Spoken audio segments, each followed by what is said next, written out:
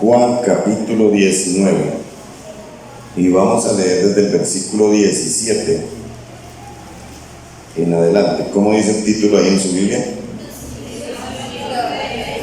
Crucifixión y muerte de Jesús. Mire, por favor, revise si su amigo que tiene a su lado ya lo encontró, porque vamos a leer la palabra de Dios, la Biblia. ¿Listo? Juan capítulo número 19, versículo 17 en adelante. Trate de imaginar la escena que Juan nos ilustra y que quedó en la Biblia para siempre. Dice la palabra: y él, o sea Jesús, cargando su cruz, salió al lugar llamado de la calavera, y en hebreo Gólgota, y allí le crucificaron, y con él a otros dos, uno a cada lado, Jesús en medio. Escribió también Pilato un título que puso sobre la cruz, el cual decía: Jesús Nazareno, Rey de los judíos. Y muchos de los judíos leyeron este título, porque el lugar donde Jesús fue crucificado estaba cerca de la ciudad, y el título estaba escrito en hebreo, en griego y en latín. Dijeron a Pilato los principales sacerdotes de los judíos: no escribas Rey de los judíos, sino que él dijo: soy el Rey de los judíos. Respondió Pilato: lo que he escrito, lo que fue, y ya. Versículo 23. Cuando los soldados hubieron crucificado a Jesús, tomaron sus vestidos e hicieron 4 partes, una para cada soldado. Tomaron también su túnica, la cual era sin costura, de un solo tejido, de arriba abajo. Entonces dijeron entre sí: no la partamos, sino echemos suerte sobre ella, a ver de quién será. Esto fue para que se cumpliese la escritura que dice: repartieron entre sí mis vestidos, y sobre mi ropa echaron suertes. Y así lo hicieron los soldados. Estaban junto a la cruz de Jesús su madre y la hermana de su madre, María, mujer de Cleofas, y María Magdalena. Cuando vio Jesús a su madre y al discípulo a quien él amaba, que estaba presente, dijo a su madre: mujer, he aquí tu hijo. Después dijo al discípulo: he ahí tu madre. Y desde aquella hora el discípulo la recibió en su casa. Después de esto, sabiendo Jesús que ya todo estaba consumado, dijo, para que la escritura se cumpliese: tengo sed. Y estaba allí una vasija llena de vinagre. Entonces ellos empaparon en vinagre una esponja, y poniéndola en un hisopo, se la acercaron a la boca. Cuando Jesús hubo tomado el vinagre, dijo: consumado es. Y habiendo inclinado la cabeza, entregó el espíritu. Amén y amén. Esta es la historia de la crucifixión de Jesús. Y esta historia muestra un problema que aún sigue teniendo la humanidad, y es no comprender lo que Cristo hizo en la cruz. Específicamente, cuando Jesús dijo: consumado es, esas 2 palabras significan: la deuda está saldada, la deuda está pagada. Pero ellos no comprendieron eso, como hoy en día muchos no comprenden el significado de esas 2 palabras: consumado es. Vivimos hoy en día en una sociedad muy endeudada. Levante su mano aquí el que no tiene deudas. ¿Ve? bueno, sí, hay algunos, claro, qué bien. Pero el resto somos personas endeudadas. ¿Cuántos le deben al banco? No levanten la mano. ¿Cuántos le deben a familiares? Y a veces es mejor deberle al banco que a los familiares cobran a cada rato, ¿cierto? ¿Cuántos están endeudaditos con la tarjeta de crédito? Crediuno, Crédito, Visa, Mastercard. Deudas financieras. Pero hay deudas que incluso son más profundas. ¿Cómo cuáles? Hay deudas emocionales. ¿A qué me refiero? Donde nos culpamos, estamos en deuda con nosotros mismos o con otros, con nuestros hijos, con algún familiar, con nuestros padres. También sentimos que estamos en deuda por los errores cometidos en el pasado. ¿Sí me está entendiendo? Que lo esté entendiendo, diga amén. Pero también existen deudas espirituales que nos llevan a sentir que hemos pecado delante de Dios. De hecho, este mundo vive en deuda con aquel que murió en la cruz. Pero también tenemos deudas morales en las cuales nos sentimos mal porque sabemos que hemos hecho las cosas mal. No se trata solamente de las deudas financieras, hay otras que son peores. Y vemos a personas que sonríen hacia afuera, pero por dentro viven con un complejo de persecución por todas las deudas que tienen, no solo financieras, sino morales, emocionales y espirituales. Y hay una frase que todo deudor quisiera escuchar. ¿Cuál es esa frase? Consumada es tu deuda. Ya no debes nada. Estás a paz y salvo. ¿Sí o no? Y precisamente ese es el título de este mensaje de hoy. A paz y salvo. Hay personas que no pueden dormir por las deudas que tienen. Hay otros que no tienen paz por la deuda que tienen con su propia conciencia. Hoy vamos a ver y a tratar de entender lo que la gente de los tiempos de Jesús no entendieron.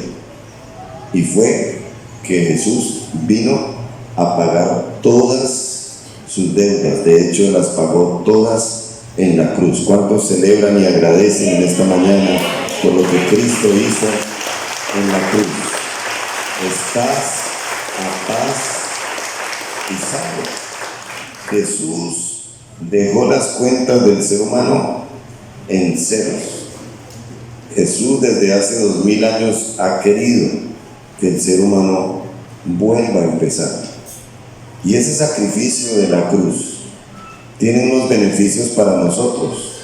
Principalmente he escogido 3 en esta mañana, basados en el texto bíblico. Quiero decirte, en primer lugar, que Jesús murió para tomar tu lugar.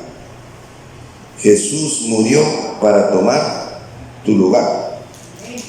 Y este texto, si lo volvemos a leer del versículo 17 hasta el 22, mira todo lo que ilustra frente a este punto. Dice el versículo 17, y él, o sea, Jesús, cargando su cruz, salió al lugar llamado de la calavera, en hebreo, Gólgota. Este detalle que nos muestra Juan, hablando de Jesús que va con una cruz a cuestas, caminando hacia el lugar donde iba a ser crucificado, habla de la obediencia a una ley romana, que decía que todo aquel que iba a ser crucificado debía él mismo cargar su cruz. Y ahí va Jesús. Eso era una señal pública de que quien iba con esa cruz era una persona culpable por algún delito. Pero aquí hay algo que es profundamente impactante, y es que Jesús está cargando una cruz que no le corresponde. ¿Por qué? Porque Jesús no fue culpable de nada, porque Jesús no cometió pecado. ¿Y qué es lo que nos culpa? El pecado que cometemos. ¿Qué es lo que nos trae consecuencias? ¿Qué es lo que nos trae culpabilidad? ¿Qué es lo que nos trae tristeza?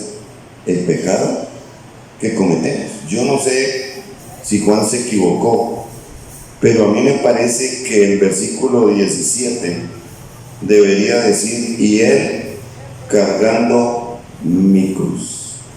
¿No le parece? Sonaría como mejor, ¿cierto? Porque la cruz la carga un culpable, y aquí no hay ninguno que se haya hallado inocente, porque todos aquí hemos pecado. ¿Está de acuerdo? ¿Está de acuerdo en que somos pecadores? Tenemos que convenir en eso, tenemos que reconocerlo. No, pero es que yo no robo, pastor, yo no mato, yo no le hago daño a nadie. Ay, pero si pudiéramos ver tu mente, si pudiéramos ver lo que piensas, si pudiéramos ver a veces lo que dices. Mentir es pecado también. Y le he enseñado a mis estudiantes de escuela allá en Canaguaro, y les he dicho: ¿qué es pecado? Y ellos me han respondido: es hacer lo malo. Y es verdad, pero ahí falta la parte B de ese significado. Pecar no es solo hacer lo malo, sino no hacer lo bueno. ¿Sí o no? Cuando hacemos lo malo estamos pecando, pero si no hacemos lo bueno, también. Por eso concluyo, y espero que esté de acuerdo conmigo: todos aquí hemos pecado, y la paga del pecado es la muerte, y alguien tiene que pagar por el pecado que uno comete. No hay pecado que no traiga consecuencias. Y entonces vemos a Jesús cargando una cruz que no le corresponde. ¿Cuál cruz estaba cargando Jesús hace 2000 años? Gracias, hermana, porque ya lo entendió. ¿Cuál cruz estaba cargando Jesús hace 2000 años? La tuya y la mía y la de toda esta humanidad, porque dice la Biblia que por cuanto todos pecaron, están destituidos de la gloria de Dios. Es un error pensar que haciendo lo malo vamos a ir al cielo. Es una incoherencia total, porque somos culpables. El culpable recibe castigo, no premio. Jesús fue hallado culpable de pecado, no el de él, sino el tuyo y el mío. Entonces vemos a un Jesús que está siendo tratado como un criminal, y esa imagen nos muestra el corazón del Evangelio, algo que tú y yo debemos tener siempre en la mente, y es lo siguiente: sustitución. Diga por favor conmigo: sustitución. Dígalo más fuerte: sustitución. ¿Qué es la sustitución? Cuando hay un cambio y la persona titular no está, entra un suplente a reemplazar. Eso fue lo que hizo Jesús. En la cruz no debería estar él, debería estar ¿quién? Usted y yo. Entonces Jesús toma el lugar del pecador, carga la culpa ajena, recibe el castigo de los que lo merecían, y entonces vemos a un hombre cuya imagen no tiene hermosura, porque eso dice la Biblia: con Jesús hicieron todo lo que quisieron. Es más, y esto es nuevo para algunos, Jesús no murió ahí en la cruz con un pañalito o con algo que le tapara sus partes íntimas. Jesús murió en una cruz totalmente desnudo.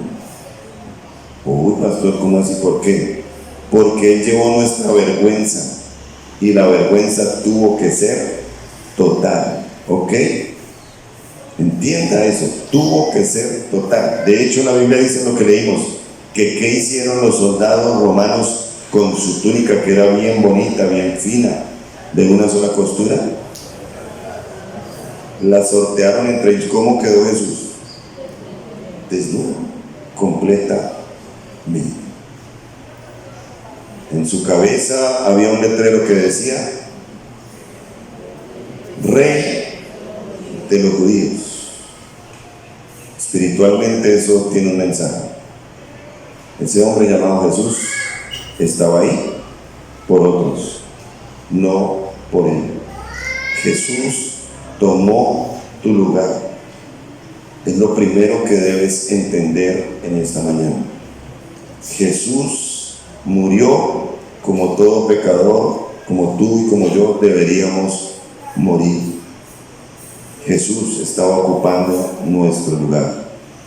Hay alguien que le pueda dar gracias a Dios por eso. No aplauda, pero sí trate de cerrar sus ojos un momento y decir: Señor, gracias, porque lo que debía vivir yo por mis pecados, tú lo llevaste en esa cruz.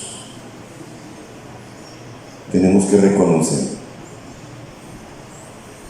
que nosotros éramos los que debíamos estar allí, que no somos tan buenos como creemos o como aparentamos, que Jesús nos conoce. Deja de vivir como si fueras una víctima.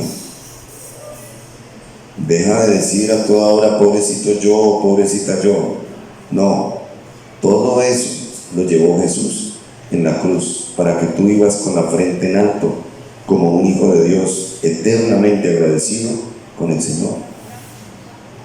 Entrégale tu vida a Cristo hoy, el único que ha dado su vida por ti, el único. Dicen que lo más parecido al amor de Dios es el amor de una madre, ¿cierto?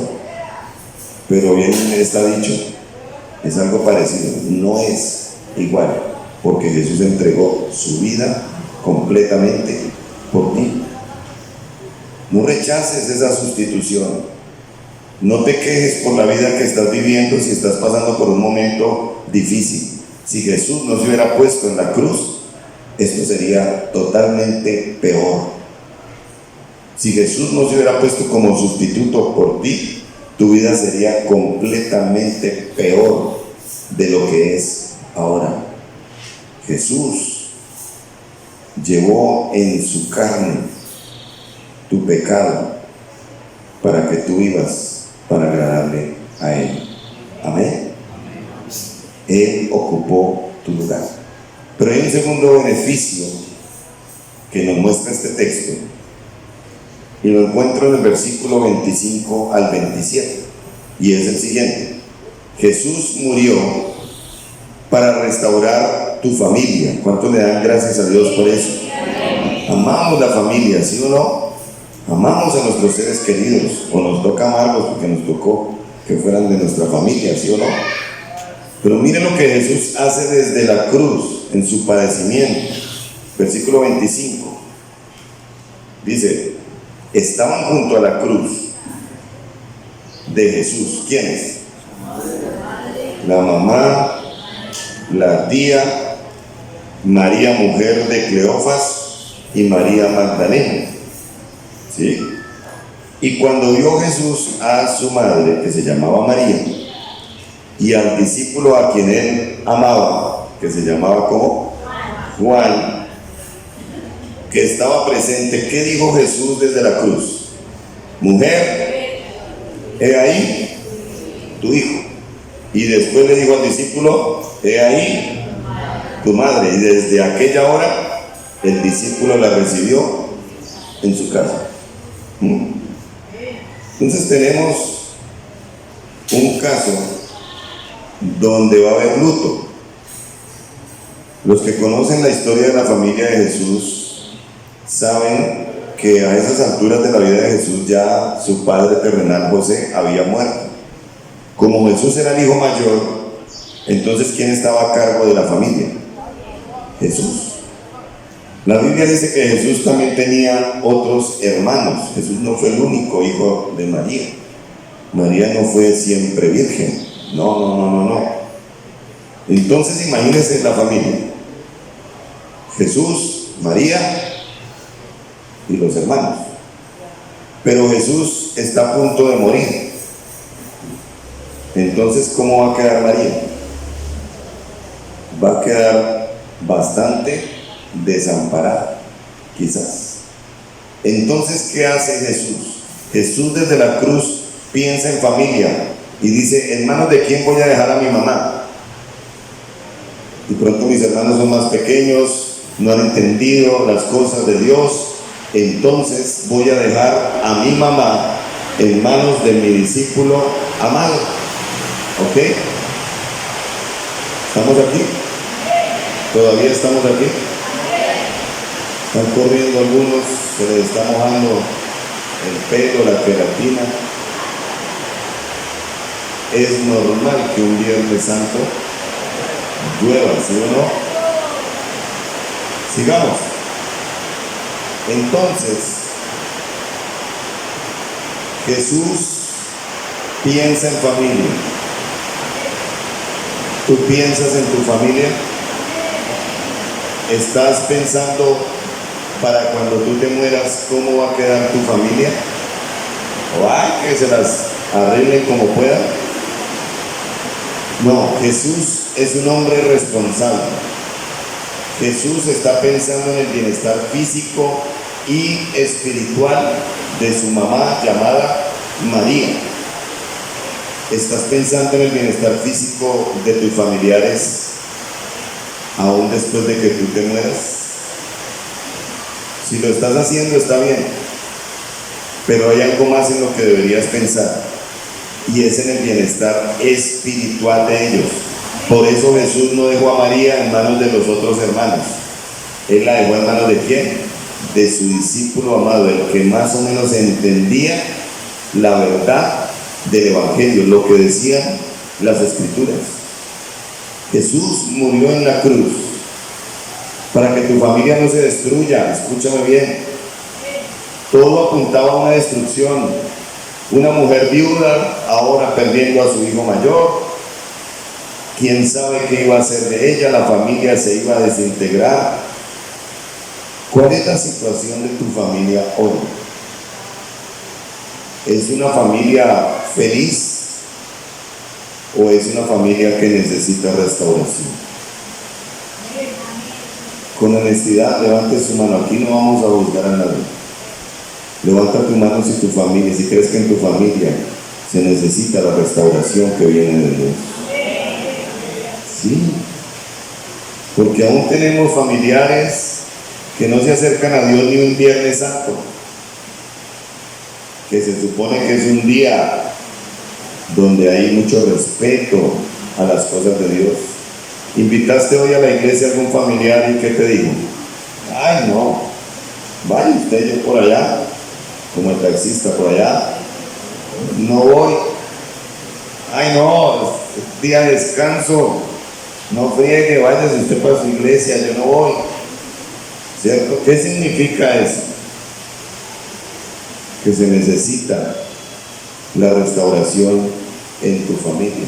Es más, estoy seguro que aquí hay personas que vinieron a la iglesia solitas porque el esposo no quiso venir, o solitos porque la esposa dijo: no, yo no voy para allá, yo aquí le tengo el almuerzo. O viene papá y mamá, pero los hijos se quedaron durmiendo o viendo películas o haciendo pereza, ¿cierto? Entonces esto es con nosotros. Jesús no solamente está resolviendo el problema del pecado, sino que Jesús está atendiendo esas necesidades familiares que todos tenemos. Tú que estás aquí por primera vez o que llevas un tiempo aquí con nosotros, te digo de todo corazón que Dios puede restaurar aún las familias que están completamente rotas. ¿Alguien lo cree? Te digo en el nombre del Señor, Dios puede restaurar tu familia. Dios puede restaurar tu familia. No hay nada imposible para Él. Porque es que en las familias a veces se generan las heridas más profundas. Por ejemplo, el orgullo. ¿Hay orgullo en tu familia? Acércate tú al Señor y el Señor trabajará y sacará y derribará ese orgullo en tu familia. Hay falta de perdón, el Señor es experto en sanar eso. Hay palabras que marcaron a cada miembro de la familia, el Señor es capaz de borrar todo eso. Jesús está mostrando desde la cruz, en medio del dolor, que se puede formar familia. Aún en medio del dolor, Jesús está diciendo, la familia para mí es importante. Aún en momentos de dolor que estés viviendo en tu familia, yo no sé de qué tipo de dolor sea, pero sí sé que Dios es capaz de restaurar y devolver el llanto en alegría en tu familia. No, pastor, es que usted conociera a mi familia. Yo no los conozco, de pronto algún día si me los das a conocer te agradecería, pero Dios sí los conoce. Dios sí sabe quiénes son, Dios sí sabe dónde están, Dios sabe la necesidad que ellos tienen, Dios sabe por dónde les va a entrar, y si tú no desistes, si tú insistes, si tú perseveras en Dios, más temprano que tarde, entonces ellos se rendirán a Dios, como un día lo hice yo, como un día lo hicieron muchos de los que están aquí, porque nada hay imposible para Dios. Jesús vino para eso, a restaurar tu familia. Pero tú tienes que hacer tu parte. Tú tienes que perdonar a ese familiar que te hirió. No, pero es que me hizo doler hasta lo profundo del alma, me robó, habló mal de mí, hasta me pegó. Tienes que perdonar. Esto es para alguien aquí, para algunos aquí. Tú tienes que perdonar. Es más, Jesús hizo lo más difícil. No creas que ir a buscar a quien te ofendió es lo más difícil. Y tendrás que hacerlo. ¿Sabes por qué? Porque eso es lo que hace Dios todos los días. Él es el ofendido, nosotros lo ofendemos y Él es el que nos busca. Imagínate cuánto amor. Tendrás que ir a buscar a ese familiar que te ofendió y tendrás que ir a pedirle perdón y tendrás que reconciliarte con Él para que venga la restauración. Fácil o difícil, en Dios es posible. Debes buscar que las relaciones en el hogar, en la familia se restauren. No debes ser de los que apoyan las peleas y las divisiones. No, al contrario, el Señor dijo que nosotros debemos ser pacificadores, o sea, portadores de paz. Debes ser instrumento de paz en tu casa. Por favor, escúchame bien esto, de parte de Dios. Transmite bendiciones a tu próxima generación y no transmitas heridas a tu próxima generación, porque ¿cómo van a ser? Un poco de amargados, un poco de gente herida, ardida, dolida y que lo único que expresa y muestra es odio. Y sobre todo, deja que el Señor entre a tu hogar cada día. Es impresionante cómo hoy en día se ha dejado entrar a los hogares y a las familias las redes sociales mal manejadas, porque eso no es bueno ni malo, es neutro, depende del uso que tú les des. Y hemos dejado entrar cantidades de cosas que no edifican, que no ayudan y hasta nos resultan gustando, y después nos preguntamos por qué mi familia está tan desunida, porque ya no es como antes cuando éramos niños. porque hemos dejado entrar de todo menos al restaurador, que es el Señor. Pastor, pero es que ellos no quieren, es que usted no se imagina cómo son enemigos del Evangelio. Uno los invita y ya hasta le prohíben que uno los invite, te prohibirán que tú los invites, pero jamás, aunque te prohíban, podrán impedir que tú ores por ellos. ¿Está entendiendo? Y la oración tiene poder, y aunque ellos digan, no ore por mí, no me inviten, no me acerque la Biblia, no me hable de Dios, mucho menos de esa iglesia, listo, no le hable a él, pero háblele a Dios de ese familiar, y seguramente Dios tendrá, por las buenas o con dolor, que atraer a esa persona producto de tu oración para salvarnos. Amén, amén. Dios vino a restaurar tu familia, así que alégrate, porque tu familia tiene remedio en las manos de Dios. ¿Cuánto lo creen? ¿Cuánto lo agarran? Dígaselo a alguien ahí. Tu familia tiene remedio. Tu familia tiene remedio. Ay, si yo les hablara de mi familia, Dios mío, Señor. Así por encimita. Yo fui harina de un segundo costal, o sea, hijo de un segundo hogar de mi padre.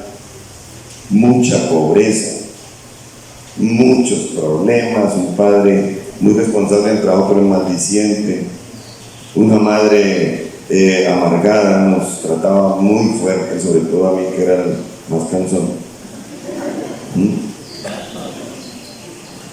¿Quién iba a dar un peso por ese hogar? Un hogar donde había hijos consentidos, que eso es terrible, los hogares donde hay un hijo o una hija favoritos, eso es terrible. Y lo más terrible es no ser uno el hijo favorito. ¿Sí o no? Los que lo han vivido lo saben. Una familia sin Dios, una familia sin propósito. Pero un día mi hermanita menor me dio por llegar a una iglesia como esta. La invitó una primita, ella tenía como 14, 15 años y asistieron. Y les gustó, porque es una experiencia totalmente diferente, ¿sí o no?, a lo tradicional. Y entonces mi mamá, cuidando a mi hermanita que era la consentida, entonces iba a acompañarla a la iglesia para cuidarla. Y entonces ahí el Señor también tocó a mi mamá. ¿Quién daba un peso por mi familia? Nadie. Entonces ya estaban ahí en esa locura mi hermana y mi mamá. Quedábamos mi hermano mayor, mi papá y yo. Y los tres enemigos del Evangelio, enemigos de las iglesias cristianas. Yo un rockero, metalero, rebelde. Mi padre maldiciente y de todo. ¿Quién daba un peso? Pero a mi hermana y a mi mamá les enseñaron que hay poder en la oración. Y que la oración es poner en remojo o a fuego lento a las personas de nuestra familia. Después de unos meses, no pasó mucho tiempo, circunstancias difíciles para mí, un despecho amoroso, un luto. Allá estaba un sábado, hace ya casi 30 años, diciéndole al Señor, me rindo a ti. Después llegó mi hermano, que era un hombre trabajador, estudiante, estaba haciendo su carrera de contaduría, ganaba muy buen dinero. Él decía, yo no necesito ir a una iglesia de esas, yo tengo todo. Pero empezaron los problemas también, fruto de la oración. Empezó Dios a apretar cosas y un día me llamó mi hermano, oiga, usted puede venir con su novia Liliana a explicarnos la Biblia. Yo dije, yes, aquí está la respuesta. Y el último, mi padre, duro de corazón, había sufrido mucho en la vida. Cuando ya fue viejo, fue que entendió el Evangelio. Ya está con el Señor. Pero si el Señor lo hizo con mi familia, que éramos tan difíciles, yo creo que el Señor puede restaurar tu familia. ¿Lo puedes creer? ¿Lo puedes declarar por la fe? Dilo, Dios va a restaurar mi familia, porque Dios ama mi familia. Vamos, dilo con fe, con fe. Y si Dios lo hizo con la familia del pastor, entonces también lo hará con mi familia, porque Jesús lo hizo en la cruz. Amén. Den un aplauso al Señor. Él lo hará. Él lo hará. Y vamos hacia el final, en tercer lugar. Y respondiendo a esa pregunta, ¿qué es lo que Jesús hizo por nosotros? Entonces, en tercer lugar, Jesús murió para darte una vida nueva. Versículo 30.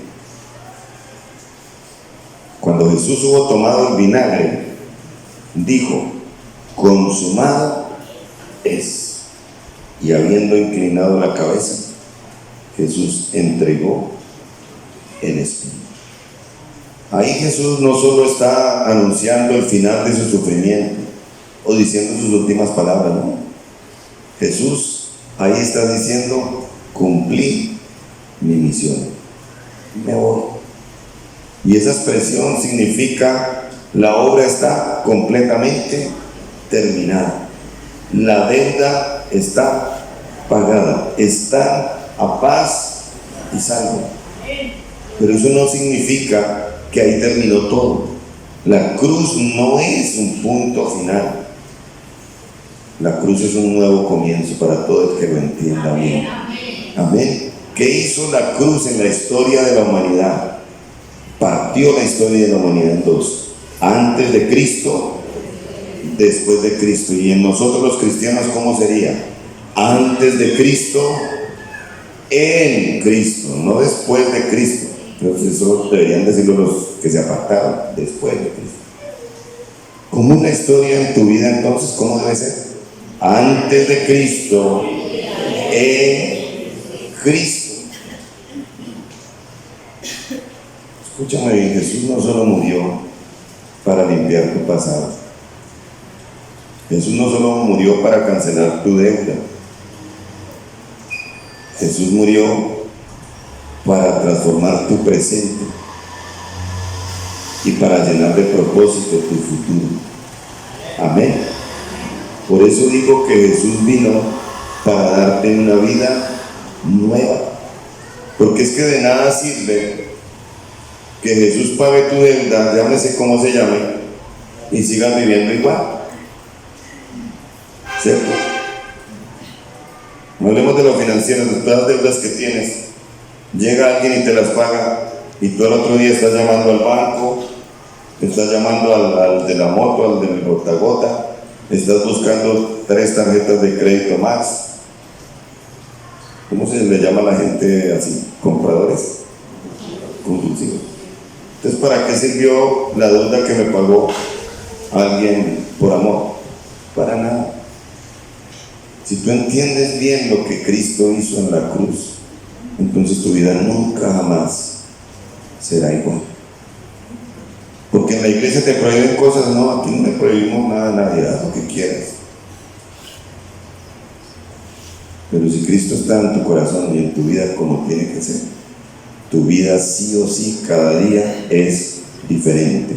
La Biblia dice: de modo que si alguno está en Cristo, nueva criatura es. Las cosas viejas pasaron, he aquí todas son hechas nuevas. Amén, amén. Cuando alguien realmente entiende la cruz, entonces cambia su manera de pensar. Si ha cambiado su manera de pensar, los que ya llevan un tiempo en la iglesia. Uy, claro. Uy, no, claro. Yo era enemigo de las iglesias cristianas, enemigo de los pastores. Y ahora miren, no escupa para arriba. No digas: de esta agua no beberé, porque de pronto te estás perdiendo del mejor agua que es el agua de vida que Cristo nos vino a dar. Amén. Cuando alguien realmente entiende la cruz, cambiará su manera de vivir, cambiará aún su identidad. Ya no vivirá como un esclavo, sino vivirá como una persona verdaderamente libre. ¿Qué esclavitud estás viviendo hoy? Porque la esclavitud no son solamente los vicios. Hoy en día tenemos otro tipo de esclavitudes.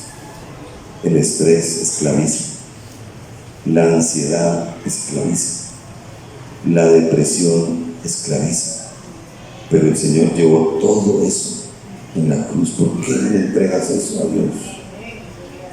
Quiero retar a aquellos que están aquí por primera vez y que están experimentando lo que es ir a una iglesia cristiana quizá la primera vez. ¿Por qué no te das una oportunidad con Dios? ¿Por qué no te das una oportunidad con la iglesia cristiana? Porque a partir de hoy no te das una oportunidad con la Biblia. ¿Aceptas el reto o solo los retos de TikTok?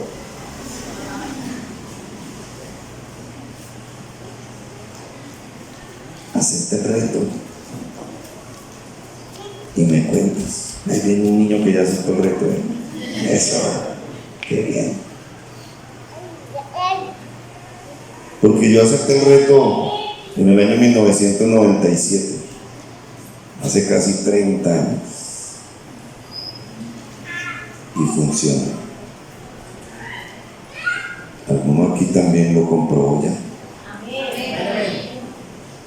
¿Por qué no aceptas el reto y te das una oportunidad con Dios, a la manera de Dios, bajo el señorío de Dios?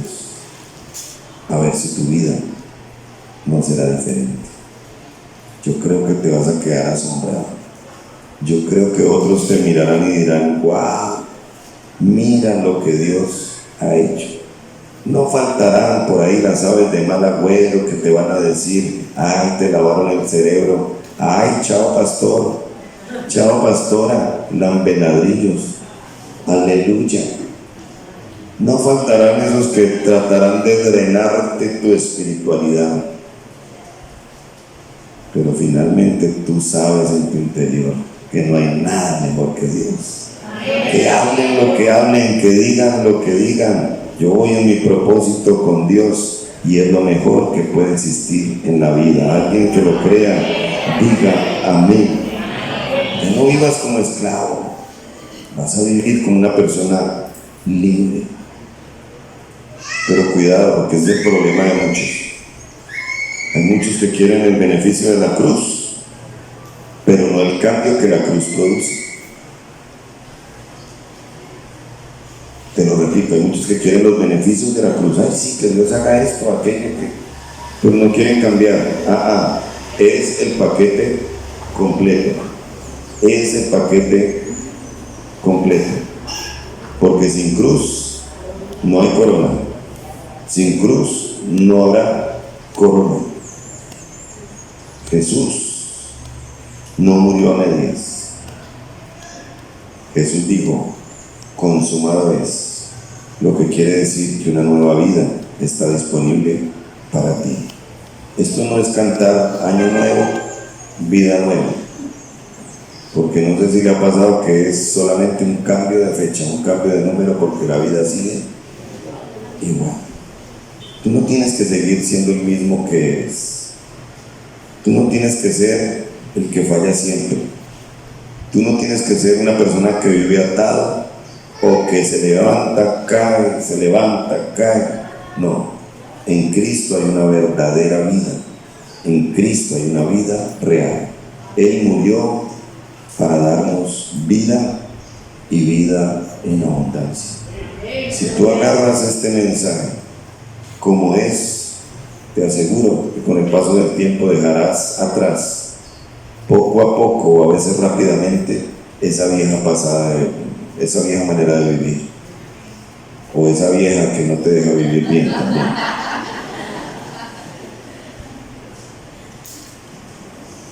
tú agarras como es la idea, no regresarás a los mismos pecados.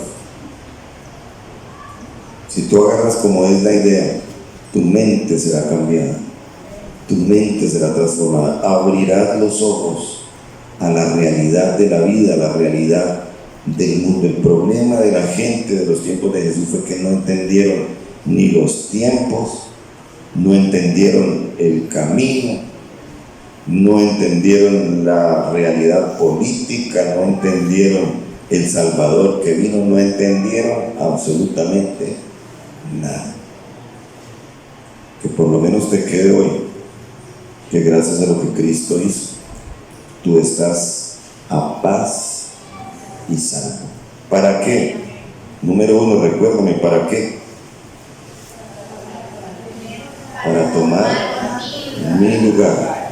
Número dos, para restaurar mi familia. Y número tres, ¿para qué? Para que tengamos vida nueva. La cruz no es un símbolo religioso, porque hay algunos que cargan la cruz y no saben ni qué significa. Hasta se la tatúan, se la ponen acá, en la nariz, por todo lado. La cruz no es un símbolo, la cruz es una realidad que cambia destinos, que cambia personas.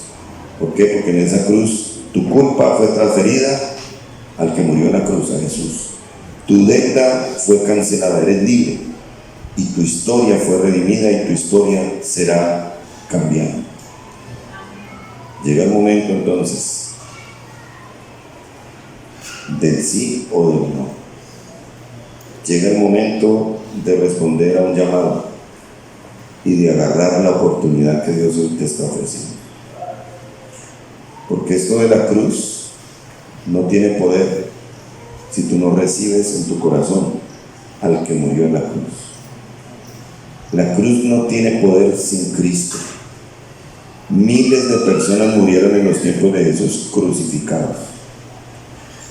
¿Qué marcó la diferencia en esa cruz donde Jesús murió? No la cruz, el que estaba muriendo en ella. Hoy la oportunidad es a que recibas a Cristo en tu corazón. Hoy la oportunidad es que de una manera sencilla, pero muy consciente y voluntaria, tú le digas a Jesús que murió en la cruz que quieres darte una oportunidad con él.